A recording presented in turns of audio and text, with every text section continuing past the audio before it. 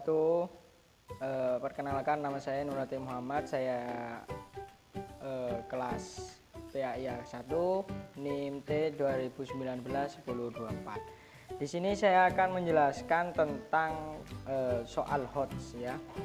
Sebelum kita menuju ke pendalaman materi tentang mengenai soal HOT, sebelum kita memperdalam soal HOT, kita harus mengetahui pengertian dari soal HOT tersebut.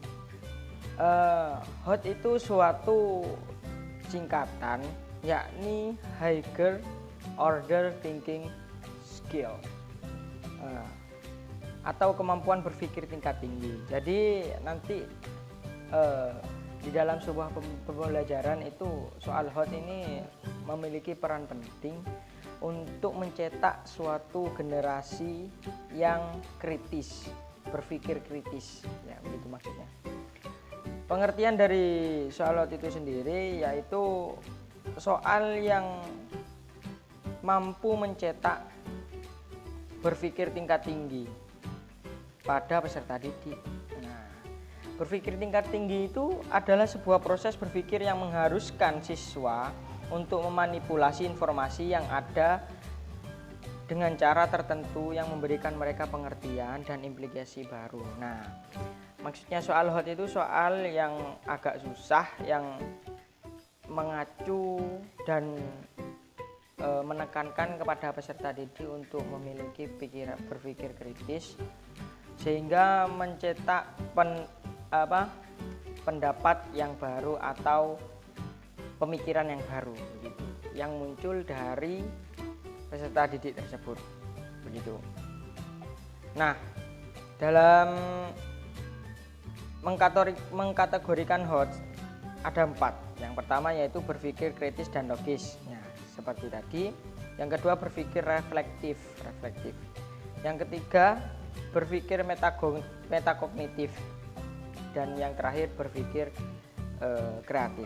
Yang pertama berpikir kritis. Seperti tadi, berpikir kritis berpikir untuk memecahkan masalah yang sangat sulit begitu.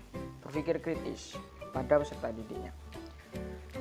Untuk reflektif, nah yang berikutnya yaitu berpikir reflektif ya. Berpikir reflektif itu adalah pertimbangan yang aktif, terus-menerus dan teliti mengenai sebuah keyakinan atau bentuk pengetahuan yang diterima. Jadi teliti dalam berpendapat begitu, mengutarakan pendapatnya gitu. Yang selanjutnya yaitu berpikir metakognitif ya. Berpikir metakognitif merujuk pada berpikir tingkat tinggi yang melibatkan kontrol aktif dalam proses kognitif belajar dalam memecahkan suatu masalah. Misalkan guru memberikan permasalahan kepada siswanya. Nah, cara mengatasi masalah itu dengan berpikir kritis dan tinggi gitu ya. Berpikiran tinggi. Maksudnya berpikir dengan susah payah gitu, agar menciptakan suatu pendapat yang baru. Yang terakhir yaitu berpikir kreatif. Nah, berpikir kreatif adalah sebuah kemampuan yang dimiliki oleh seseorang untuk berpikir secara terus-menerus dan konsisten dalam menghasilkan segala sesuatu yang kreatif dan original. Berpikir kreatif itu menciptakan sesuatu yang baru, hal-hal yang baru atau pemikiran yang baru tentang pemecahan masalah gitu ya. Ya mungkin faktor-faktor itu yang mempengaruhi soal HOT itu, yang mengkategorikan soal HOT itu ya. Nah, mengkategorikan soal HOT yang pertama yaitu berpikir kritis, berpikir reflektif, berpikir metakognitif, berpikir kreatif. Yang mana keempat itu merujuk kepada pemikiran yang kritis dan berpikir tinggi pada peserta didik gitu. Oke, selanjutnya dilanjutkan oleh teman saya. Oke, selanjutnya di sini saya akan menjelaskan tentang karakteristik soal HOT dan kesukarannya. Karakteristik soal HOT atau yang biasa disebut dengan Higher Order Thinking Skills yaitu karakteristik kemampuan berpikir tingkat tinggi, mencakup berpikir kritis, dan berpikir kreatif. Berpikir kritis dan kreatif merupakan dua kemampuan manusia yang sangat mendasar, karena berpikir kritis dan berpikir kreatif dapat mendorong seseorang untuk senantiasa memandang setiap permasalahan yang dihadapi secara kritis dan mencoba mencari penyelesaiannya secara kreatif, sehingga diperoleh suatu hal yang baru, yang lebih baik dan bermanfaat bagi kehidupannya. Selain itu, higher order thinking skills atau yang biasa disebut dengan soal HOTS memiliki karakteristik seperti yang diungkapkan oleh Resnick.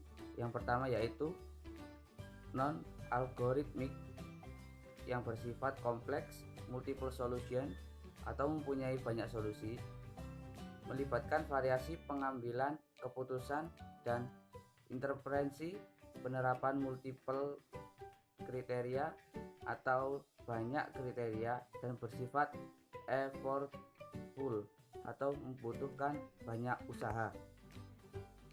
Disebut effortful atau banyak usaha karena menyelesaikan soal HOTS dibutuhkan pemikiran yang lebih mendalam. Oleh karena itu, guru dapat membuat atau mengembangkan instrumen yang memuat indikator berpikir kritis dan berpikir kreatif dengan karakteristik-karakteristik tersebut, yang bertujuan untuk melatih kemampuan berpikir tingkat tinggi siswa atau peserta didik untuk memecahkan suatu permasalahan yang dihadapinya. Oke, selanjutnya kita akan membahas tentang peran soal HOTS dalam penilaian. Pada abad ke-21 itu ada 3 kompetensi yang dibutuhkan. Yang pertama yaitu memiliki karakter yang baik, yang kedua yaitu memiliki sejumlah kompetensi, dan yang ketiga yaitu menguasai literasi yang dimana mencangkup keterampilan dalam berpikir. Dengan adanya penyajian soal HOTS dalam penilaian, diharapkan nantinya para peserta didik itu mampu untuk mengasah keterampilan dan juga pengetahuan yang ada di dalam diri peserta didik itu agar nantinya sesuai dengan kompetensi pada abad ke-21. Yang kedua yaitu memupuk rasa cinta dan peduli terhadap kemajuan daerah. Adanya kreativitas yang sesuai dengan situasi dan kondisi di daerahnya merupakan hal yang diharapkan dalam penilaian guru dalam mengembangkan soal-soal HOTS. Sebuah permasalahan di daerah itu pasti ada. Dengan itu nantinya permasalahan yang sedang terjadi itu diangkat sebagai stimulus konseptual. Oleh karena itu, stimulus yang dipilih oleh guru dalam mengembangkan soal-soal HOTS itu akan lebih menarik karena di sana peserta didik dapat merasakan dan juga dapat melihat kejadian permasalahan yang ada di daerahnya. Selain itu, ketika ujian nasional, penyajian soal HOTS itu dapat meningkatkan rasa kecintaan peserta didik terhadap potensi yang ada di daerahnya.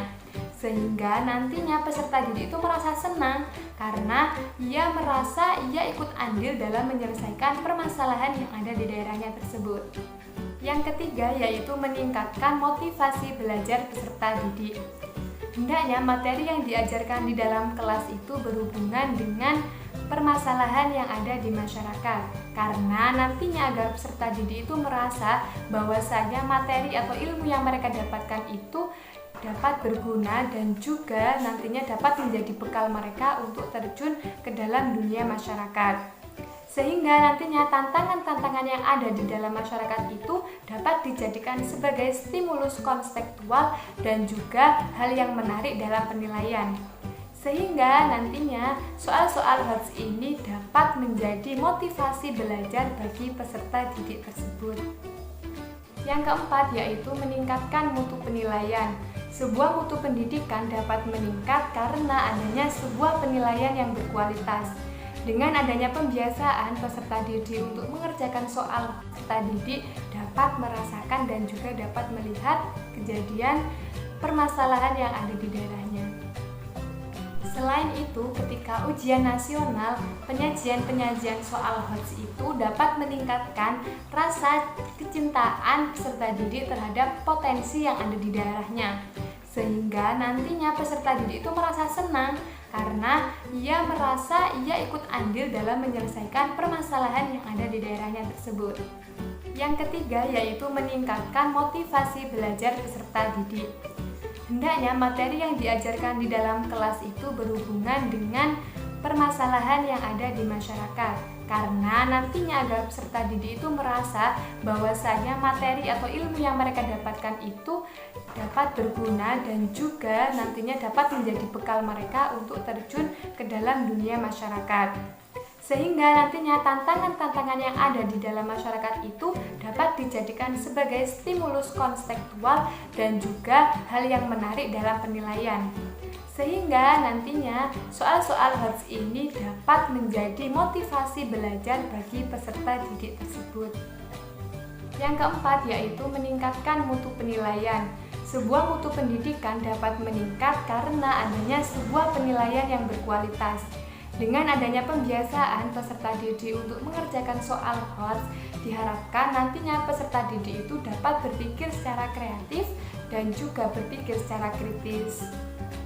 Dilihat dari hasil yang dicapai pada ujian sekolah dan juga ujian nasional, ada 3 kategori sekolah, yaitu sekolah unggul, sekolah biasa, dan juga sekolah yang perlu dibina.